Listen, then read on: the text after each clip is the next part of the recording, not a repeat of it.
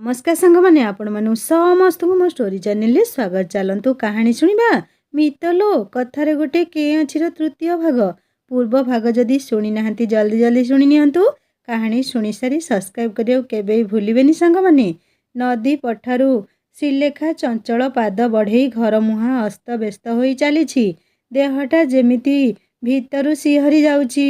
घरे पहुँची पानी सरसर अवस्था देखी जेजेमा बुझी न पारी पचारे कौन है रे माँ एमिति ओदा सरसर केमिति हेलु। नईरे खसी पड़िली पोल उपरु। छोट उत्तरटीए देई रूम रे कपड़ा बदलवाकू पशिगला। श्रीलेखा दर्पण सामने आज निजकू देखुची निरेखी। आज लगुची जेमिति निज सह प्रथम थर तार परिचय होची। हठात तार मन भितरे उंकी मारिला सेई नदी रे पड़ी जिबा आउ रंजन ताको हाथ धरी उठाउथिबार दृश्य। आजी कहीं रंजन ताको आउ निजर पढ़ा शत्रु बोली लागु नथुला। केमिति गोटे अलगा अलगा मनटा हेउथुला तार। रंजन पई थिबा प्रतियोगी मन भावटा नदी धारे धारे फासी जाउची जेमिति। आजी कहीं ताकू से पिला दिन स्मृति भावियाकू बहुत इच्छा होउची। कोली तोला आउ आंब गछरे चढ़ी आंब तोला कथा हेउ सबु थिरे तो रंजन रहिछि ता साथिरे। गछरु आंब तोली आनीदेबा दहीबाड़ी डिया खेल ता पाई लंग जम्प करदेबा कथा आज सबू कहीं ताकू खूब निजर लगुला। से समय भी अधिक निजर लगिला। स्मृतिर केउ अतल गभीर सागरे लुचि रहिथिबा से दिनर कथा आज लेखार मानस पटरे जेमिति महारी नृत्य करुछंती। से केते कौन मन भितरे रंजन पाई भाबुथिला आगरु। से ताकू ईर्षा करुछि केते कौन हेले से तो रंजन आखिरे आउ कौन देखिला। आजी से फेरी आसला निज भितर को। आजी केते कौन पढ़ा हेइथियो भाभी व्यस्त लागुथिला ताकू। रंजन कहिछि कहिबो बोली भाभी ताकू टिके आश्वस्त भी लागुथिला। से दिन संध्यारे रंजन तार पुतुरा हातरे जहा जहा पढ़ा होइतिला सबू लेखी पठेई देइथिला लेखा पाखकू। चारि चौथा कागज भितरे सबू विषय पढ़ा जाइथिबा समस्त विवरणी रंजन पठेई देइछि। श्रीलेखा से दिन रातिरे सबू निजर पढ़ा सारीदे अन्य मनस्क भावरे कौन सब भाभी चली। ए बयसटा भी एमिति। श्रीलेखा से दिन केमिति गोटे किशोरीरू नव यौवना तरुणीटीए पालटी जाइथिला सते। जह्न तारा नदी सबू भितरे तार अस्तित्व नुआ जीवनटीए खोजी पाउथुला जेमिति। ताहारी भितरे श्रीलेखा लेखिथिला जीवनर प्रथम कविता। श्रीलेखार बड़ बापा गोटे सुंदर डायरी उपहार देइथिले ताकू। आजी जाए सेथिरे गार पड़ी नथिला। आजी सेइटिकू बाहर करी 4 लाइन लेखिदेला। से निजे भी जानिनी कौन पाई आउ कहा पाई एमिति लेखि पकेइला। देखिथिली तुमकू जह्नर प्रथम आलुअरे अमावास्या पर पूर्णिमा चांदिनी रे बसंतरे फुटिथिबा प्रथम कलिकार नाली पाखुडारे। हेले तमे उड़ीगल ज्योत्स्ना रातिर अधा छाई अधा आलुअरे सबू गुमुरिले। मु मागिथिली पंख हले सोई सोई स्वप्न देखुथिबा चकरी को उड़ीबाकू दूरे। ता परदिन स्कूल बाहरुछि जेजिमा कहिले देखिकी जीवु माँ से पोलरे नले पुणी गलिबु काली भलिया। लेखा कहिला हाँ हाँ देखिकी जीवी सबुदिन कौन पड़ी जीवी कि आउ कही कही रास्ता को बाहरी पड़िला। गेट डेई पछकू अनेइला देखिला रंजन आसुछि अल्प दूर रे। श्रीलेखा को आज टिके लाज लगुछि रंजन को देखी। तेणु ता सह साथी होई न जिबा पई जोर जोर पाद बढ़ेइला आगकू आगकू। पोल पाखरे पहुँची सेतेबेलकू रंजन भी ता पाखरे पहुँची साराणी। तू कौन एमिति बिजुली परी चलीछु। मु परा तोते काली पढ़ा हेइथिबा सबू डिटेल लेखिकी देइथिली। से सबू सारिलु कि नहीं ना एमिति। हौ तू आज आग जा नहेले पुणी डाकिबू पोल मझिरे मते। मु कौन सबु दिन पड़ीजी बोली लेखा होइछि कोउठी। कही श्रीलेखा पोल उपरे गोड़ रखिला। ठीक ता पछरे रंजन। श्रीलेखा आज टिके गंभीर होई जाइछि जेमिति या भितरे अनेक वर्षर व्यवधान परे दुही दुहींकु देखा करुछंती। आउ सौजन्य दृष्टिरू गंभीरता सह मापिचुपी कथा होउछंती। रंजन को लेखार गंभीरता टिके अड़ुआ लागुथिले भी किछि सेमिति पचारि पारलानी। श्रीलेखा को भी आज स्कूल रास्तार दूरता जेमिति हठात बढ़ीगला परी लगुछि। रास्ता सरुनी जेमिति स्कूल ले लेखा पाद देइछि कि नहीं सांग माने सबु घेरी गले। କାଲି କାହିଁ ସ୍କୁଲ ଆସିଲୁନି? କ'ଣ ହେଲା କି? ଶ୍ରୀଲେଖା ଭାବିଲା ସବୁ ସତ କଥା କହିବି ତ ଏମାନେ ମୋତେ କ'ଣ କ'ଣ କହିବେ। ଖାଲି କହିଲା ଦେହ ଭଲ ନଥିଲା ସେଇଥିପାଇଁ ଆସିନଥିଲି। କ୍ଲାସରେ ଲେଖାକୁ ଲାଗୁଥିଲା କି ରଞ୍ଜନ ତାକୁ ଲୁଚେଇ ଲୁଚେଇ ଚାହୁଁଛି ବୋଲି। ଆଗରୁ ତ ସେ କେବେ ଏ ବିଷୟରେ ଧ୍ୟାନ ଦେଇନି। ହେଲେ ଆଜି ସେ ନିଶ୍ଚୟ ଯେ ରଞ୍ଜନ ତାକୁ ଲୁଚେଇ ଲୁଚେଇ ଦେଖୁଥିବ। ସେଦିନ ସାର୍ମାନେ ବି ସେଇଆ ପଚାରିଲେ, ଲେଖା କାଲି କାହିଁକି ସ୍କୁଲ ବନ୍ଦ କଲୁ ବୋଲି। ଲେଖା ସେଇ ଦେହ ଭଲ ନଥିବାର କଥା ହିଁ କହିଲା। ଆଗ ସପ୍ତାହକୁ ଫେରୱେଲ୍ ମିଟିଂ, ସ୍କୁଲରୁ ବିଦାୟ ନେଇ ଆସିବାକୁ ପଡ଼ିବ। ଏଇ କଥା ଭାବିଲା ବେଳକୁ ଲେଖା ମନରେ କୋହ ଭରି ଆସୁଥିଲା। କାଲି ପରି ଲାଗୁଛି ସେ ସ୍କୁଲରେ ଆଡ଼ମିସନ୍ ହେଇଥିଲା। 4th କ୍ଲାସରେ ସେ ଏ ସ୍କୁଲକୁ ଆସିଥିଲା। 7 ବର୍ଷ କେମିତି ବିତିଗଲା ଜଣା ପଡ଼ିଲାନି। 4thରେ ସେ ଯେଉଁଦିନ ପ୍ରଥମ କରି ଆସିଥିଲା ସେଦିନ ବୋଧେ ସେ କ୍ଲାସରେ ଗୋଟିଏ ଝିଅ ଥିଲା, ବାକି ସବୁ ପୁଅ ପିଲା ଥିଲେ। ହଠାତ୍ ଦେଖେ ତ ଆଉ ଜଣେ ଝିଅ ପିଲା ତା ବେଞ୍ଚରେ ତା ପାଖରେ ଆସି ବସିଲା। ଶ୍ରୀଲେଖାକୁ ବହୁତ ଖୁସି ଲାଗିଲା। ଅନ୍ତତଃ ସେ କ୍ଲାସରେ ଏକୁଟିଆ ଝିଅ ନୁହଁ। ତମ ନାମ କ'ଣ? ତା ଆଡ଼ୁ ସେ ଲେଖାକୁ ପଚାରିଲା। ଶ୍ରୀଲେଖା ମହାପାତ୍ର। ଆଉ ତମର? ଲେଖା ହସ ହସ ମୁହଁରେ ଚାହିଁ ରହିଲା। ମୋ ନାଁ ସୁବର୍ଣ୍ଣା। ହେଲେ ମୋତେ ଘରେ ସବୁ ସୁବ ବୋଲି ଡାକନ୍ତି। ଆମ ଘରେ ସେଇଠି ଦେଖ। ଆଉ ହଁ, ଏତିକି କହି ସ୍କୁଲ ଝରକା ବାଟେ ହାତ ବଢ଼େଇ ସୁବ ନିଜ ଘର ଦେଖେଇବାକୁ ଚେଷ୍ଟା କରୁଥିଲା। ଏତେ ପାଖରେ ତମ ଘର? ହେଲେ ମୋର ଦୂର ଅଛି। ନଦୀ ପାରି ହୋଇ ସବୁଦିନ ମୋତେ ଆସିବାକୁ ପଡ଼ିବ। ଲେଖା ଟିକେ ଦୁଃଖୀ ହୋଇ କହିଲା। ସେଇଦିନ ଅଳ୍ପ ପରିଚୟରେ ସେ ଦୁଇଜଣ ଅନ୍ତରଙ୍ଗ ବାନ୍ଧବୀ ହୋଇଯାଇଥିଲେ। ଆଉ ସେଦିନ ଲଞ୍ଚ ବ୍ରେକରେ ସୁବର୍ଣ୍ଣା ଲେଖାକୁ ନିଜ ଘରକୁ ଖାଇବାକୁ ଡାକିଥିଲା। ଲେଖା ଚାଲ ଆମ ଘରେ ଭାତ ଖାଇଦେଇ ଆସିବୁ। ବୋଉ ଆଜି ନା ଇଲିଶି ଝୋଳ ବନେଇଥିବ। ଲେଖା ଇଲିଶି ମାଛ ନାମ ଶୁଣି ଖାଇବିନି ବୋଲି ମନା କରିପାରିଲାନି। ଆଉ ଲଞ୍ଚ ବ୍ରେକରେ ଲେଖା ସୁବର୍ଣ୍ଣା ଘରେ ଲଞ୍ଚ କରିଥିଲା। ଲେଖାର ପଡ଼ିଶା ଘରର ପୁଅ ଝିଅ ସେଇ ସ୍କୁଲରେ ସପ୍ତମ ଆଉ ଜଣେ ଅଷ୍ଟମ ଶ୍ରେଣୀରେ ପଢ଼ନ୍ତି। ଲେଖା ସୁବର୍ଣ୍ଣା ଘରେ ଖାଉଥିବା କଥା ସେ ଭାଇ ଭଉଣୀ ଜାଣିଥିଲେ। ଲେଖା ଯେମିତି ସ୍କୁଲରୁ ଘରେ ପହଞ୍ଚିଛି, ଜେଜିମା ଘରେ ପଶେଇ ଦେଲାନି। ସେଇଠି ଠିଆ ହୋଇଥା। ଲେଖା ସେତେବେଳେ ଯାଏ ବୁଝି ପାରୁନଥିଲା ଜେଜିମା ଏମିତି କାହିଁକି କହୁଛି। ମେଞ୍ଚାଏ ତୁଳସୀ ପତ୍ର ଆଣି ହାତରେ ଦେଇ ଜେଜିମା କହିଲା, ନେ ୟାକୁ ଖାଇ ପକା ଶୀଘ୍ର। ଲେଖା କିଛି ବୁଝିପାରିଲାନି। ଭାବିଲା ପ୍ରଥମ ଦିନ ସ୍କୁଲ ଯାଇଥିଲି, କିଛି ତୋଟକା ହେଇଥିବ ବୋଧେ। ସେ ବିନା କିଛି କହି ତୁଳସୀ ପତ୍ରତକ ଖାଇଦେଲା। ରହ, ଠିଆ ହୋଇଥା ସେଇଠି।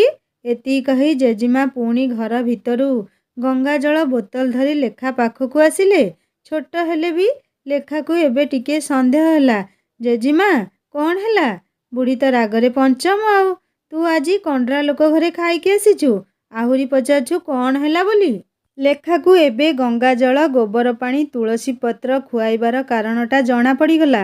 ଜେଜିମାକୁ ପଡ଼ିଶା ଘର ପିଲା ଆସି କହିଦେଇଛନ୍ତି ତାହେଲେ। ଲେଖାକୁ ସେତେବେଳେ ଜେଜିମାର କଥା ମାନି ସବୁ କରିବାକୁ ପଡ଼ିଲା। ବୁଢ଼ୀ ନହେଲେ ଗରଗର ହେଇ କହୁଥାଏ, ଝିଅ ପିଲା ପର ଘରେ ପିତୃପୁରୁଷଙ୍କୁ ଶ୍ରାଦ୍ଧ ବାଢ଼ିବ, ଅଜାତି ଘରେ ଭାତ ଖାଇ ଆସୁଛି। ଛି ଛି, ଲୋକେ ଶୁଣିଲେ କ'ଣ କହିବେ ଯେ। ଲେଖା ଛୋଟ ବୁଦ୍ଧିରେ କିଛି ଭାବି ପାରୁନଥିଲା ସେଦିନ। ଖାଲି ପ୍ରଶ୍ନଟିଏ ମନରେ ଥିଲା, ଏ ଜାତି କ'ଣ? ସେ ବି ଯେମିତି ମୁଁ ବି ସେମିତି। ତା ଘରେ ଖାଇଲେ ମୋର ପାପ କେମିତି ହେଲା ଯେ? ହେଲେ ଜେଜିମାକୁ ପଚାରିଲେ ପୁଣି ମହାଭାରତ ହେବ। ତା ପରଦିନ ପୁଣି ଲଞ୍ଚ ବ୍ରେକରେ ସୁବ ଲେଖାକୁ ଖାଇବାକୁ ଡାକିଥିଲା। ହେଲେ ଜେଜିମାର ତାଗିଦ, ଆଉ ତା ଘରେ କେବେ ଖାଇବୁନି। ନାଇଁ, ମୁଁ ଟିଫିନ୍ ଆଣିଛି ପରା। 2-4 ଦିନ ଏମିତି ଗଲା। ସୁବର୍ଣ୍ଣା ସହ ଲେଖା ବହୁତ ମିଶିଗଲା। ଜେଜିମାର ତାଗିଦ ବି କୁଆଡ଼େ ଫୁର ହେଇଗଲାଣି। ସୁବ ଖାଇବାକୁ ଡାକିଲେ ଲେଖା ମନା କରେନି। ଘରୁ ନେଇଥିବା ରୁଟି ସବଜି ପାଖରେ ଗରମ ଗରମ ଭାତ, ମାଛ ତରକାରୀର ସ୍ୱାଦ ବହୁତ ବେଶୀ। ଲେଖା ଯେତେବେଳେ ସୁବ ଘରକୁ ଖାଇବାକୁ ଯାଏ, ଖାଲି ଆଗ ପଛ ଦେଖେ। ସାଙ୍ଗମାନେ, ପିଲାଦିନେ ଆପଣ ଏମିତି ସବୁ କରିଛନ୍ତି କି? ମୋତେ କମେଣ୍ଟ କରି ନିଶ୍ଚୟ ଜଣେଇବେ। ପଡ଼ିଶା ଘର ପିଲା ଦେଖୁନାହାନ୍ତି ତ? ସେଦିନ ସୁବର୍ଣ୍ଣା ଘରକୁ ପ୍ରାୟ ଲେଖା ଲଞ୍ଚରେ ଖାଇବାକୁ ଚାଲିଯାଏ। ତା ଗାଁ ପିଲା ଆଖିରେ ନ ପଡ଼ିବା ପାଇଁ ସେ ବହୁତ ସତର୍କତାର ସହିତ ସୁବ ଘରକୁ ଯାଏ। ଗାଁ ସ୍କୁଲରୁ ସେ ଦୂର ସ୍କୁଲକୁ ପଢ଼ିଯିବା ଯୋଗୁଁ ଲେଖାର ଜେଜେମାକୁ ଭାରି ଡର। ଏତେ ବାଟ ନଦୀ ପାର ହୋଇ ଯିବାକୁ ପଡ଼ିବ। ପ୍ରଥମେ ତ ଜେଜେମା ପୁରା ମନା କରୁଥିଲେ ସେ ଦୂର ସ୍କୁଲରେ ପଢ଼େଇବା ପାଇଁ। ହେଲେ ଲେଖାକୁ ଭଲ ସ୍କୁଲରେ ପଢ଼େଇବା ପାଇଁ ଲେଖାର ବାପାଙ୍କର ଇଚ୍ଛା ଯୋଗୁଁ ସେଇଠି ଲେଖା ପଢ଼ିଥିଲା। ଜେଜେମା ସବୁଦିନ ସ୍କୁଲ ଗଲାବେଳେ ଲେଖାକୁ ତାଗିଦ କରନ୍ତି, ମହାଦେବ ପୋଖରୀକୁ ଯିବୁନି ମା, ସେଥିରେ ଠାକୁର ଅଛନ୍ତି। ଲେଖାର ଜେଜେମାଙ୍କୁ ଏତେ ସେ ସ୍କୁଲ ବିଷୟରେ ଜଣା କାହିଁକି? ଲେଖାର ବାପା ମଧ୍ୟ ସେଇ ଏକା ସ୍କୁଲରେ ପଢ଼ିଛନ୍ତି ତ ସପ୍ତମ ଯାଏଁ। ସ୍କୁଲ ପାଖରେ ମହାଦେବ ମନ୍ଦିର ଅଛି। ମନ୍ଦିର ପଛରେ ବିରାଟ ପୋଖରୀ। ତେଣୁ ପୋଖରୀର ନାମ ସେଇ ହିସାବରେ ମହାଦେବ ପୋଖରୀ ବୋଲି ସମସ୍ତେ ଜାଣନ୍ତି। ସେ ପୋଖରୀକୁ ଯିବା ପାଇଁ ମନା କରିବାର କାହାଣୀଟିଏ ବି ଅଛି। କାହାଣୀ ବି ନୁହଁ, କିଛି କିଛି ସତ୍ୟ ଘଟଣା। ଲେଖାର ଜେଜେମା ବୋହୂ ହୋଇ ଆସିବା ଦିନରୁ ସେ କାହାଣୀ ଶୁଣି ଆସିଛନ୍ତି। ତାଙ୍କର 2 ପୁଅ ସପ୍ତମ ଯାଏଁ ସେଇଠି ପଢ଼ିଛନ୍ତି। ସେତେବେଳେ ବି ପୁଅଙ୍କୁ ତାଗିଦ କରି କହୁଥିଲେ ପୋଖରୀକୁ ନ ଯିବା ପାଇଁ। ଆଉ ଏବେ ନାତୁଣୀକୁ ସମସ୍ତେ କହନ୍ତି ସେ ପୋଖରୀ ବିଷୟରେ। ଉତ୍ତର ବାଲେଶ୍ୱର ପଟେ ବୈଶାଖ ସଂକ୍ରାନ୍ତିରେ ନୀଳ ଆଉ ଉଡ଼ା ଯାତ୍ରା ହୁଏ। ପ୍ରାୟ ସବୁ ମହାଦେବ ମନ୍ଦିରରେ 21 ଦିନ ପୂର୍ବରୁ ଭକ୍ତମାନେ ବ୍ରତ ରଖନ୍ତି ଆଉ ମହାଦେବଙ୍କ ପାଖରେ ପଇତା ଦିଅନ୍ତି। ସେମାନେ ପୁରା ନୀତି ନିୟମରେ ହବିଷ କରନ୍ତି। ମହାଦେବଙ୍କ ବ୍ରତ ଏପଟ ସେପଟ ହେଲେ ଭୋଳା ମହେଶ୍ୱର କ୍ରୋଧ କରନ୍ତି ବୋଲି ଭୟ ବି ଥାଏ ମନରେ। ଏହାର ନାମ ଉଡ଼ାଯାତ୍ରା କାହିଁକି ନା ଭକ୍ତମାନେ ଏଇ ସଂକ୍ରାନ୍ତିରେ ଆରମ୍ଭ ହୋଇଥିବା ଉଡ଼ାଯାତ୍ରାରେ ଉଡ଼ନ୍ତି। ଉଡ଼ା ଖୁଣ୍ଟି ପୋତାଯାଏ ଆଉ ତା ଉପରେ ଆଉ ଗୋଟେ ଖୁଣ୍ଟ ବନ୍ଧା ଯାଇଥାଏ। ସେଥିରେ ଭକ୍ତମାନେ ଉଡ଼ା ଖୁଣ୍ଟରେ ନିଜ ଅଣ୍ଟାକୁ କପଡ଼ାରେ ବାନ୍ଧି ଖୁଣ୍ଟରେ ପ୍ରାୟ 40 ଫୁଟ ଉପରେ ଉଡ଼ିଥାନ୍ତି। ଆଉ ଯାତ୍ରା ଶେଷରେ ସେ ଖୁଣ୍ଟକୁ ପୁଣି ସେଇ ମହାଦେବଙ୍କ ପୋଖରୀରେ ଡୁବାଇ ଦିଆଯାଏ। ପୁଣି ତା ପର ବର୍ଷକୁ ଭକ୍ତମାନେ ଏକାସହ ବୁଡ଼ ମାରି ଖୁଣ୍ଟକୁ ପାଣି ଭିତରୁ ଆଣନ୍ତି। ଲେଖାର ସ୍କୁଲ ପାଖରେ ଯେଉଁ ମହାଦେବଙ୍କ ପୋଖରୀ ଅଛି, କହନ୍ତି ବର୍ଷେ 18 ଭକ୍ତା ଉଡ଼ା ଖୁଣ୍ଟି ଉଠେଇବାକୁ ଡୁବିଲେ ଯେ ଆଉ ଉଠିଲେନି। ସେଇଠୁ ସେ ମହାଦେବଙ୍କ ପାଖରେ ଉଡ଼ାଯାତ୍ରା ହୁଏନି। ଲୋକେ ପୋଖରୀକୁ ବି ଡରରେ ଯାଆନ୍ତି ନାହିଁ। ଏ କଥାକୁ ବହୁତ ବର୍ଷ ବିତିଗଲାଣି। ପୁରୁଷ ପରେ ପୁରୁଷ ଗତ ହେଲାଣି। ଲୋକେ ସେ କଥା ଧୀରେ ଧୀରେ ଭୁଲି ବି ଗଲେଣି। ସେ ପୋଖରୀରେ ଏବେ ଲୋକେ ଗାଧାନ୍ତି, ଅନ୍ୟାନ୍ୟ ବ୍ୟବହାର ବି କରନ୍ତି। କୂଳେ କୂଳେ ପାଣି ସିଙ୍ଗେଡ଼ା ଦଳ ପଡ଼ି ସେ ବି ବହୁତ ଫଳିଛି। ସ୍କୁଲ ପିଲା ଖେଳ ଛୁଟି ହେଲେ ନ ହେଲେ ଲଞ୍ଚ ବ୍ରେକରେ ପାଣି ସିଙ୍ଗଡ଼ା ପାଣିରେ ପଶି ତୋଳିଥାନ୍ତି। ଲେଖାର ଜେଜେମା କାନରେ ଏ କଥା ଆଗରୁ ପଡ଼ିଛି। ସେଥିପାଇଁ ନିଇତି ସ୍କୁଲ ଗଲାବେଳେ ସେଇ ଗୋଟିଏ କଥା, ମହାଦେବ ପୋଖରୀ ଯିବୁନି ମା। ଆଉ ଆଜିକାଲି ଆଉ ଗୋଟେ କଥା ଜେଜେମାକୁ କହିବାକୁ ପଡ଼ୁଛି, କଣ୍ଡରା ଘରେ ଖାଇବୁନି। ଲେଖା ଜେଜେମା କଥାକୁ ଏ କାନରେ ଶୁଣି ଆର କାନରେ ବାହାର କରିଦିଏ। ସୁବର୍ଣ୍ଣା ଘରକୁ ଆଜିକାଲି ଆଉ ବେଶୀ ଖାଇବାକୁ ଯାଏନି। 4th ଅଧା ଅଧି ବେଳକୁ ଆଉ ଜଣେ ନୂଆ ସାଙ୍ଗ ତା କ୍ଲାସକୁ ଆସିଲା। ଦୀପ୍ତି ବୋଲି। ସମ୍ବଲପୁର ପଟେ ତାଙ୍କ ଘର। ଦୀପ୍ତିର ବାପା ପୋଲିସ ବିଭାଗରେ କାମ କରନ୍ତି, ତେଣୁ ବଦଳି ହୋଇ ଆସିଥାନ୍ତି। ଦୀପ୍ତି ବି ଲେଖା ସ୍ୱଭାବର, ବିଲକୁଲ ପ୍ରଜାପତି ପରି ଚଞ୍ଚଳ। ଲେଖା ଆଉ ଦୀପ୍ତିର ଦୋସ୍ତି ଖୁବ୍ ଶୀଘ୍ର ହୋଇଯାଇଥିଲା।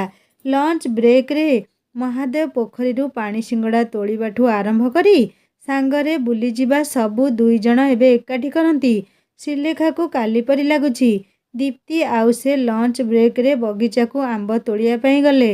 ଲେଖା ଯେଉଁ ସ୍କୁଲରେ ପଢ଼ୁଛି ସେ ସ୍କୁଲ ସେଠିକାର ଜମିଦାରଙ୍କର ଅବଦାନ। ସେଇ ଗାଁରେ ଜମିଦାରଙ୍କ ଘର ପରିବାର। ଜମିଦାରୀ ଉଚ୍ଛେଦ ସିନା ହେଇଯାଇଛି କିନ୍ତୁ ସେଇ ଥାଟ ଅଛି। କର୍ପୂର ଉଡ଼ିଯାଇଛି ହେଲେ କନା ପଡ଼ିଛି। ବିରାଟ ବିରାଟ ବଗିଚା ଜମିଦାରଙ୍କର ପଡ଼ିଛି। ଆଉ ସେଠି ଆମ୍ବ, କୋଳି, ବରକୋଳି, ତେନ୍ତୁଳି, କଇଥ, ପିଲାଙ୍କର ପସନ୍ଦ ଜିନିଷ ସବୁ ଫଳୁଛି। ଏବେ ବି ସେଇଠି ଜଗୁଆଳି ବଗିଚା ଜଗୁଛି। ହେଲେ କ'ଣ ହେବ, ସ୍କୁଲ ପିଲାଙ୍କୁ ପାରେ କିଏ? ସେମାନେ ଯେମିତି ବି କୋଳି ଚୋରେଇବେ। ଦୀପ୍ତିକୁ ଯେମିତି ବଗିଚା ବିଷୟରେ ଜଣା ପଡ଼ିଲା, ଲେଖାକୁ କହିଲା ଆମେ ବି ଯିବା ଆମ୍ବ ଚୋରେଇବା। ଲେଖାକୁ ତ ବାସ୍ ଏମିତି ଗୋଟିଏ ସାଙ୍ଗ ଦରକାର ଥିଲା। ସେଦିନ ଦୁହେଁ ଚୋରା ରାସ୍ତା ଦେଇ ଜଗୁଆଳିକୁ ଲୁଚି ଲୁଚି ବଗିଚା ଭିତରେ ପଶିଗଲେ। ଜାତି ଜାତି ଆମ୍ବ ଗଛରେ ଆମ୍ବ ପୁରା ଭର୍ତ୍ତି। ଦୀପ୍ତିକୁ ଗଛ ଚଢ଼ି ଆସେନି, ତେଣୁ ଲେଖା ଗଛ ଉପରେ ଚଢ଼ିଲା ଆଉ ତଳେ ଦୀପ୍ତି ଥିଲା। ଲେଖା ଉପରେ ଚଢ଼ି 3-4ଟା ଆମ୍ବ ତୋଳି ତଳକୁ ପକେଇଛି। ଉପର ଡାଳକୁ ଚାହିଁ ଦେଇଛି। ତାର ହାତ ଗୋଡ଼ ପାଣି। ଉପର ଡାଳରେ ବସିଛି ବିରାଟ ମାଙ୍କଡ଼। କଳା ମୁହଁବାଲା ଦନ୍ତା। ଲେଖାକୁ ଦେଖି ଦାନ୍ତ ନେଫେଡୁଛି। ଲେଖା ଡରିକି କିଛି କହିପାରୁନି। ତଳେ ଠିଆ ହେଇଥିବା ଦୀପ୍ତିକୁ ବି ଲେଖାର ଠିକ୍ ଉପର ଡାଳରେ ବସିଥିବା ମାଙ୍କଡ଼ ଦେଖାଗଲାଣି। ଦୀପ୍ତି ଧୀରେ ଧୀରେ ଲେଖାକୁ କହିଲା, ଲେଖା ତଳକୁ ଆସ। ଲେଖା ଧୀରେ ଧୀରେ ଓହ୍ଲେଇଲା। ଆହୁରି କିଛି ଦୂରରୁ ତଳକୁ ଡିଆଁ ମାରିଦେଲା। ଆଉ ଦୁଇଜଣ ଯାକ ଜୀବନକୁ ପାଣି ଛଡ଼େଇ ଦୌଡ଼ିଲେ। ସେତେବେଳକୁ କୌଣସି ପ୍ରକାରେ ଚୋରା ରାସ୍ତା ପାଖକୁ ଆସିଲେ ପାରି ହୋଇ ବଗିଚାରୁ ବାହାରିବେ। ହେଲେ ସେଇଠି ସେତେବେଳେ ଜଗୁଆଳି ଛିଡ଼ା ହେଇଛି। କ'ଣ କରିବେ ପୁଣି? ସେଠୁ ଫେରି ବଗିଚାର ଶେଷ ଭାଗକୁ ଆସିଲେ ସେଠି କେହି ନଥାନ୍ତି। ସେପଟେ ଆସିଲେ ତାଙ୍କୁ ଗଡ଼ ଖାଇ ପାରି ହେବାକୁ ପଡ଼ିବ।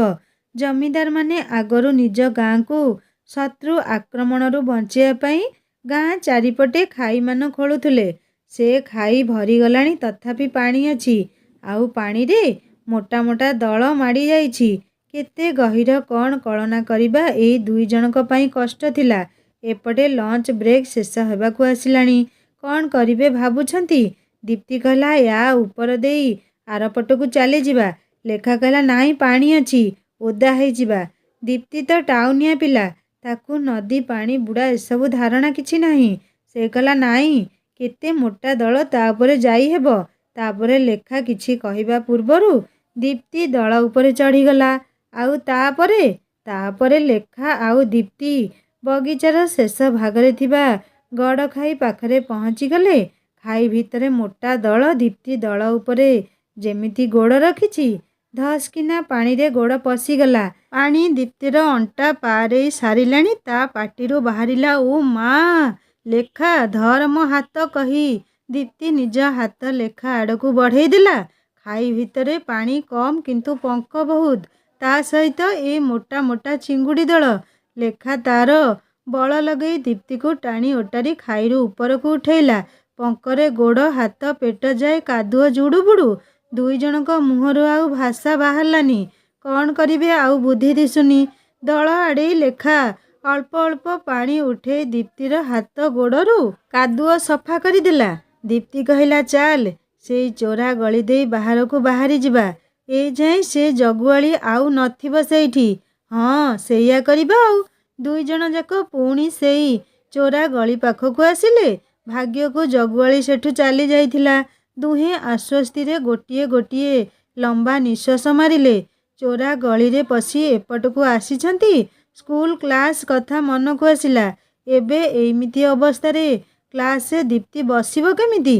ମୁଣ୍ଡକୁ ବୁଦ୍ଧି ଆସୁନି କିଛି।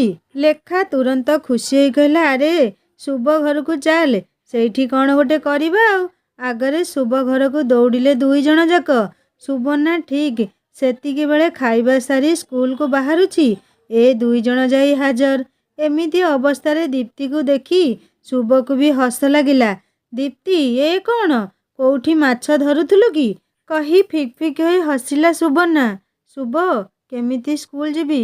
ଖାଇରେ ପଡ଼ିଗଲି ପରା, କହି ଦୀପ୍ତି ଚୁପ୍ ରହିଲା। ଶୁଭ କହିଲା, ମୋର ଗୋଟେ ଡ୍ରେସ୍ ପିନ୍ଧି ପକା। ଲେଖାର ମନେ ପଡ଼ିଲା ଜେଜିମାର ତାଗିଦ୍, କଣ୍ଡରା ଘରେ ଖାଇବୁନି। ଆଜି ଦୀପ୍ତି ତାର ଡ୍ରେସ୍ ପିନ୍ଧିବ, ତା ଘରେ କେହି କିଛି କହିବେନି ତ? ସେ ଭଗବାନଙ୍କୁ ଧନ୍ୟବାଦ ଦେଉଥିଲା ସେ ଆଜି ସେଇ ଅବସ୍ଥାରେ ନାହିଁ। ନହେଲେ ଆଜି ଜେଜେମା କ'ଣ ପ୍ରାୟଶ୍ଚିତ କରେଇଥାନ୍ତା କେଜାଣି। ଦୀପ୍ତି ସେଦିନ ଶୁଭର କପଡ଼ା ପିନ୍ଧି ପୁଣି ତିନିଜଣ ଯାକ ସ୍କୁଲ ଆଡ଼େ ଆସିଲେ। ସେଦିନର କଥା ଲେଖାକୁ କାଲି ପରି ଲାଗୁଛି। କେତେ ଶୀଘ୍ର ସମୟ ଚାଲିଗଲା। ଚତୁର୍ଥରୁ ପଞ୍ଚମକୁ ଗଲେ ଲେଖା ଦ୍ୱିତୀୟ, ଆଉ ଜଣେ ସାର୍ଙ୍କ ପୁଅ ପ୍ରଥମ। ସେତେବେଳେ ରଞ୍ଜନ ସେ ସ୍କୁଲକୁ ଆସିନଥିଲା। ରଞ୍ଜନ ପଞ୍ଚମ କ୍ଲାସରେ ଆଡ଼ମିସନ୍ କଲା। ତାପରେ ସେଇଠୁ ପଢ଼ାରେ ପ୍ରତିଯୋଗିତା ଆରମ୍ଭ ହେଲା। ଲେଖାର ଆଜି ବି ଆନୁଆଲ୍ ଡେ କଥା ମନେ ପଡ଼ିଲେ ହସ ଲାଗେ, ଆଉ ଲାଜ ବି। ସେତେବେଳେ ସିନା ଏତେ ଲାଜ ଲାଗିନଥିଲା। ଏବେ ଭାବିଲେ ଆଉ ରଞ୍ଜନକୁ ଚାହିଁଲେ ତାକୁ ଖୁବ୍ ଲାଜ ଲାଗେ। ଆନୁଆଲ୍ ଡେରେ 4ରୁ 7 କ୍ଲାସ୍ ଯାଏଁ ପିଲାମାନେ ଗୀତିନାଟ୍ୟ, ଶ୍ରୀକୃଷ୍ଣ ଲୀଳା ପରିବେଷଣ କରୁଥିଲେ। ଝିଅ ପୁଅ ସମସ୍ତଙ୍କୁ ମିଶିବାକୁ ବାଧ୍ୟ। ସେଥିରେ ଲେଖା ଆଉ ରଞ୍ଜନ ଦୁଇଜଣ ଯାକ ସିଲେକ୍ଟ ହେଇଥାନ୍ତି। ରଞ୍ଜନକୁ କୃଷ୍ଣ ଆଉ ଲେଖାକୁ ରାଧା ଭୂମିକାରେ ଅଭିନୟ କରିବାକୁ ପଡ଼ିବ। ରଞ୍ଜନ ଛୋଟବେଳୁ ଦେଖିବାକୁ ଖୁବ୍ ସୁନ୍ଦର। ଡଉଲ ଡାଉଲ ଚେହେରା, ସରୁ ମୁହଁକୁ ଲମ୍ବା ନାକ, ଟଣା ଟଣା ଆଖି। କୃଷ୍ଣ ଚେହେରା ତ ଖୁବ୍ ମାନିବ, ଆଉ ଲେଖା ଠିକ୍ ଛୋଟ ରାଧାରାଣୀ ପରି। ତେଣୁ ସାର୍ ସବୁ ଦେଖି ବାଛିଛନ୍ତି। ପ୍ରାକ୍ଟିସ୍ ଆରମ୍ଭ ହେଲା। ଲଞ୍ଚ ବ୍ରେକ୍ ପରେ ରିହର୍ସାଲ। କେହି କୁଆଡ଼େ ଯାଇପାରିବ ନାହିଁ। ସାର୍ଙ୍କ କଡ଼ା ନିର୍ଦ୍ଦେଶ। କୃଷ୍ଣଲୀଳା ଜୋରସୋରରେ ପ୍ରାକ୍ଟିସ୍ ଚାଲିଛି। ଗୋଟେ ସିନ୍ରେ ରାଧା ପାଣି ପାଇଁ କଳସି ଧରି ଯମୁନାକୁ ଯାଉଛି, ଆଉ କୃଷ୍ଣ ବାଟ ଛାଡ଼ୁନି। ସେଇଠି ଗୋଟେ ଗୀତ ଅଛି, ବାଟ ଛାଡ଼ ନନ୍ଦ କୁମର, ବେଳ ହେଉଛି ଉଛୁର, ଯିବି ମୁଁ ଯମୁନା ଆଣିକି, କଳସିରେ ମୋ ଭରି ନୀର। ଗୀତ ଗାଇ ଆକ୍ଟିଂ କରିବାକୁ ପଡ଼ୁଥିଲା। ସେଦିନ ପ୍ରାକ୍ଟିସ୍ ସମୟରେ ରଞ୍ଜନ ତାର ସ୍କୁଲ ଆନୁଆଲ୍ ଡେ ପାଇଁ ଜୋରସୋର ପ୍ରସ୍ତୁତି ସହ ଗୀତିନାଟ୍ୟର ରିହର୍ସାଲ ମଧ୍ୟ ଚାଲିଛି। ସ୍କୁଲର ପରିବେଶ ଟିକିଏ ପିଲାଙ୍କ ପାଇଁ ସୁଖଦ ସେତେବେଳେ ଥାଏ, କାରଣ ପଢ଼ାପଢ଼ି କମ୍ କରିବାକୁ ପଡ଼ୁଥାଏ, ବାକି ଜିନିଷ ବି କରିବାକୁ ପଡ଼ିଥାଏ। ଶ୍ରୀକୃଷ୍ଣ ଲୀଳା ଗୀତିନାଟ୍ୟରେ ଗୀତ ସଂଖ୍ୟା ଅନେକ ବେଶୀ ଥିଲା। ପ୍ରତି ସିନ୍ରେ କହିବାକୁ ଗଲେ ଗୀତ ଅଛି। ଛୋଟ ପିଲାମାନଙ୍କୁ ମନେ ରଖିବା ବି କଷ୍ଟ। ଶ୍ରୀଲେଖାର ହିନ୍ଦୀ ସାର୍ ଟିକିଏ କଳାପ୍ରେମୀ। ସମସ୍ତ ଡ୍ରାମାର ଦାୟିତ୍ୱ ତାଙ୍କ ଉପରେ। ନାଚ ଆଉ ଗୀତ ଶିଖେଇବାକୁ ଆଉ ଜଣେ ବାହାରୁ ସାର୍ ଆସୁଥିଲେ। ଅଣ୍ଟା ଟିକିଏ ନ ଭାଙ୍ଗିଲେ ବାଡ଼ିରେ 2 ପାହାର ବସୁଥିଲା। ଲେଖାକୁ ଟିକିଏ ନାଚ ଗୀତ ପ୍ରଥମରୁ ଜଣାଥିଲା, ତେଣୁ ସେ ଆରାମରେ ସବୁ କରିପାରିଥିଲା। ହେଲେ ରଞ୍ଜନକୁ ପାଠ ଛଡ଼ା ଆଉ କିଛି ଜଣା ଥାଉ ବା ନଥାଉ, ଗୀତ ଭଲ ଗାଇ ପାରୁଥିଲା ସେ। ସେଦିନ ପ୍ରାକ୍ଟିସ୍ ସମୟରେ ରଞ୍ଜନ ଗୋଟେ ଜାଗାରେ ଜମା ଠିକ୍ରେ କରିପାରିଲାନି। ମାଷ୍ଟ୍ରେ ଦେଲେ 2 ପାହାର। କାନ୍ଦୁ କାନ୍ଦୁ ଡାଇଲଗ୍ ଏମିତି କହିଲା ଯେ ସବୁ ପିଲା ସାର୍ମାନେ ହସି ହସି ବେଦମ୍। ଆଗୋ ରାଇ, ଘାଟର କଉଡ଼ି ନଦେଲେ ବାଟ ଛାଡ଼ିବି ନାହିଁ। ଏଇ ଡାଇଲଗ୍କୁ ସେ ରଞ୍ଜନ କାନ୍ଦୁ କାନ୍ଦୁ କହୁଛି ଆଗୋ ମାଇ। ରାଇକୁ ମାଇ ଶୁଣି ସମସ୍ତେ ହସି ହସି ଗଡ଼ିଗଲେ। ଶେଷରେ ରଞ୍ଜନ ସମସ୍ତଙ୍କ ହସ ଦେଖି ଆହୁରି ଜୋରରେ କାନ୍ଦିବାକୁ ଲାଗିଲା। ସାର୍ କହିଲେ ବାସ୍ ବାସ୍, ଆରେ ବାପା, ମାଇ ନୁହଁ, ସେଇଟା ରାଇ କହରେ। ବୁଢ଼ା ସାର୍ ଜଣକ ଏମିତି ଭଙ୍ଗୀରେ ଶିଖଉଥିଲେ ଯେ ବହୁତ ମଜା ଆସୁଥିଲା। ଆନୁଆଲ୍ ଡେ ଦିନ ଆସିଗଲା। ପିଲାମାନେ ଯିଏ ଯାହାର ଡାଇଲଗ୍ ଘୋଷିବାରେ ବ୍ୟସ୍ତ ଆଉ ନିଜକୁ ସଜେଇବାରେ। ଲେଖା ରାଧା ବେଶରେ ବିଲକୁଲ ଛୋଟ ରାଧାରାଣୀ ପରି ଲାଗୁଛି। ଶାଢ଼ୀକୁ ଏମିତି ପିନ୍ଧେଇ ଦେଲେ ଯେ ବିଚାରୀ କୁଆଡ଼େ ହଲି ପାରୁନି। ଦୃଶ୍ୟ ଆରମ୍ଭ ହେଲା। ଦୃଶ୍ୟ ପରେ ଦୃଶ୍ୟ ଚାଲିଥାଏ। ଲୋକେ ଆଉ ପିଲାମାନେ ଖୁବ୍ ଏନ୍ଜୟ କରୁଥିଲେ ବି। ମଝିରେ ମଝିରେ କରତାଳିରେ ପରିସର ଗୁଞ୍ଜି ଉଠୁଥାଏ। ସେଇ ସିନ୍ଟି ଆସିଲା, ବାଟ ଛାଡ଼। ରଞ୍ଜନ କୃଷ୍ଣ ବେଶରେ ଖୁବ୍ ସୁନ୍ଦର ଦିଶୁଥିଲା, ଆଉ ଆକ୍ଟିଂ ବି ଭଲ କରୁଥିଲା। ସେଇ ଦୃଶ୍ୟରେ ରାଧା ମାନେ ଲେଖା ଯେମିତି ନଦୀକୁ ଯିବା ପାଇଁ ଏପଟ ସେପଟ ହୋଇଛି। ପିନ୍ଧିଥିବା ଶାଢ଼ୀ ଅଣ୍ଟାରୁ ତଳକୁ ଖସିବାକୁ ଲାଗିଲା। ଲେଖା ଆଉ କ'ଣ କରିବ? ଷ୍ଟେଜ୍ରୁ ଯାଇ ବି ପାରୁନି, କି ଡାଇଲଗ୍ ବି କହିପାରୁନି। ଗୋଟେ ହାତରେ ଅଣ୍ଟା ପାଖରେ ଜାବୁଡ଼ି ଧରିଛି, ଅନ୍ୟ ହାତରେ କଳସି। ଶେଷରେ ହାତରୁ ମାଟି କଳସିଟି ଷ୍ଟେଜ୍ରେ ପଡ଼ି ଚୂନା ହେଇଗଲା। ଲେଖା କଳସିକୁ ଧରୁ ଧରୁ ଶାଢ଼ୀ ଛାଡ଼ି ଦେଇଛି। ଶାଢ଼ୀ ଖୋଲି ତଳେ, ତାପରେ ସଙ୍ଗେ ସଙ୍ଗେ ପରଦା ପକେଇବାକୁ ପଡ଼ିଲା। ଲେଖାର ଦୁର୍ଦ୍ଦଶା ଦେଖି ରଞ୍ଜନ ହତବାକ୍ ପୁରା। ଲେଖାର ଶାଢ଼ୀ ଷ୍ଟେଜ୍ ଉପରେ ଖୋଲିଯିବାର ଦେଖି ସଙ୍ଗେ ସଙ୍ଗେ ପରଦା ପକେଇବାକୁ ପଡ଼ିଲା। ଯେମିତି ପରଦା ପଡ଼ିଛି, ଦର୍ଶକ ହା ହଲ୍ଲା ଆରମ୍ଭ କରିଦେଲେ। ପରଦା ପଡ଼ିବା ଦେଖି ଲେଖା ଟିକେ ଶାନ୍ତିରେ ନିଶ୍ୱାସ ମାରିଲା। ତାର ଦୋଷ କ'ଣ? ଏତେ ବଡ଼ ଶାଢ଼ୀକୁ ପିନ୍ଧିବା ଆଉ ତା ସହିତ କଳସିଟିକୁ ମୁଣ୍ଡରେ ମୁଣ୍ଡେଇବା କ'ଣ ସହଜ ହେଇଛି? ପୁଣି ଲେଖାର ଶାଢ଼ୀ ସଜାଡ଼ି ଆଉ ଥରେ ପିନ୍ଧେଇ ଦିଆଗଲା। ଲେଖା ଟିକେ ଡରି ଯାଇଥିଲା, ଯଦିଓ ସେ ବୟସରେ ଲାଜ ଅପେକ୍ଷା ଡରଟା ବେଶୀ ଥାଏ। ପୁଣି ପରଦା ଉଠିଲା, ଆଉ ନାଟକ ବି ଖୁବ୍ ଭଲରେ ମଞ୍ଚସ୍ଥ ହେଲା। ଲୋକେ ଗୋଟିଏ ଲୟରେ ଦେଖୁଥିଲେ ଗୀତିନାଟ୍ୟ। ରାଧାକୃଷ୍ଣଙ୍କ ଗୀତି କାହାଣୀ କାହାକୁ ବା ଭଲ ନ ଲାଗିବ? ସେଇଦିନ କଥା ମନେ ପଡ଼ିଲେ ଲେଖାକୁ ଏବେ ଖୁବ୍ ହସ ଲାଗେ ଆଉ ଲାଜ ବି। ରଞ୍ଜନ କ'ଣ ମନେ ରଖିଥିବ ସେ କଥା? ସେ କଥା ଅବଶ୍ୟ କେବେ ଉଠିନି। ଆଉ ଷଷ୍ଠ ଶ୍ରେଣୀରେ ଯୋଉ ମାଡ଼ ଖାଇଥିଲା। ଆଉ ଗୋଟେ ପୁଅ ନୂଆ କରି ଷଷ୍ଠରେ ଆସିଥିଲା। ପ୍ରଥମ ଦିନ ତାର ଥାଏ। ତାର ମା ଷ୍ଟାଫ୍ ନର୍ସ ହସ୍ପିଟାଲରେ। ଭଦ୍ରକରୁ ଟ୍ରାନ୍ସଫର ହେଇ ଆସିଥାନ୍ତି ତାଙ୍କ ମା ଓ ତାର ପରିବାର। ତାର ନାମ ମାନସ ଥିଲା। ମାନସର ପ୍ରଥମ ଦିନ। ସାର୍ ତାର ପରିଚୟ କରେଇ ବସିବାକୁ ସିଟ୍ ଦେଖେଇ ଦେଲେ। ତା ସହ ଆଉ ଜଣେ ପିଲା ବସିଥାଏ। କିଛି ସମୟ ଯାଇଛି, ହଠାତ୍ ଗୋଟିଏ ଶବ୍ଦ ହେଲା, ଟୁଁ ଟୁଁ। ସବୁ ପିଲା ମାନସକୁ ଚାହିଁଲେ। ତାକୁ ଟିକେ ଲାଜ ଲାଗିଲା। ହଉ, ପେଟ ପଟଣା କଥା ଭୁଲରେ ବାହାରିଗଲା, କ'ଣ କରାଯିବ? 2 ମିନିଟ୍ ଯାଇଛି କି ନାହିଁ ପୁଣି ପୁଁ। ସମସ୍ତେ ଏଥର ଆଉ ହସ ସମ୍ଭାଳି ପାରିଲେନି, ହେଁ ହେଁ ହୋଇ ହସିଲେ। ଏଇ ସମୟରେ ସାର୍ କ୍ଲାସ୍ ନେବା ପାଇଁ ଆସିଥାନ୍ତି। ସାର୍ଙ୍କୁ ଦେଖି ସବୁ ପିଲା ଚୁପ୍ ହୋଇଗଲେ। ସମସ୍ତେ ନୀରବ। ପଢ଼ା ଚାଲିଛି, ପୁଣି ମାନସ ଛାଡ଼ିଲା। ଏଥର କିନ୍ତୁ ବମ୍ ଢୋ ଢୋ କରି ଛାଡ଼ିଦେଲା। ପିଲା ସବୁ ପଢ଼ିବେ କ'ଣ? ହୋ ହାଲ୍ଲା କରି କ୍ଲାସ୍ କମ୍ପେଇଲେ। ସାର୍ ରାଗିକି 2-3 ଜଣଙ୍କୁ ମାଡ଼ ବି ମାରିଲେ। ପୁଣି ସମସ୍ତେ ଚୁପ୍। ପଢ଼ା ଚାଲିଛି। ଏଥର ସ୍ୱରରେ ଟିକେ ଧୀର ଥିଲା। ପୁଁ। ସମସ୍ତେ ନୀରବ, କେହି ହସୁନଥାନ୍ତି। ସାଙ୍ଗମାନେ, ଏଇ ପୁଁ ଟୁଁ ଢୋର ମାନେ ତ ଆପଣମାନେ ନିଶ୍ଚୟ ବୁଝି ସାରିଥିବେ ଆଉ ମନେ ମନେ ହସୁଥିବେ। ମୁଁ ବି ଲେଖିଲା ବେଳେ ଆଉ ପଢ଼ିଲା ବେଳେ ମୋତେ ବି ବହୁତ ହସ ଲାଗୁଛି। ଆପଣମାନଙ୍କ ସ୍କୁଲ ଜୀବନରେ ଏମିତି କିଛି ଘଟଣା ଘଟିଛି ଯାହାକି ଆପଣମାନେ ଏବେ ବି ମନେ ପକାଇ ନିଶ୍ଚୟ ହସୁଥିବେ? ମୋତେ କମେଣ୍ଟ କରି ଜଣେଇବେ। ଆଉ ଯଦି କାହାଣୀ ଆପଣମାନଙ୍କ ହୃଦୟକୁ ଛୁଇଁ ପାରୁଥାଏ ନିଶ୍ଚୟ ସବସ୍କ୍ରାଇବ୍ କରି ବେଲ୍ ଆଇକନ୍ ଦବାଇ ଦେବେ। ସାଙ୍ଗମାନେ, କାହାଣୀଟି ଆଗକୁ ବହୁତ ଇଣ୍ଟରେଷ୍ଟିଂ ହେବ। ଶୁଣିବା ପାଇଁ ଅନୁରୋଧ ରହିଲା। ରହୁଛି। ନମସ୍କାର। ଜୟ ଜଗନ୍ନାଥ।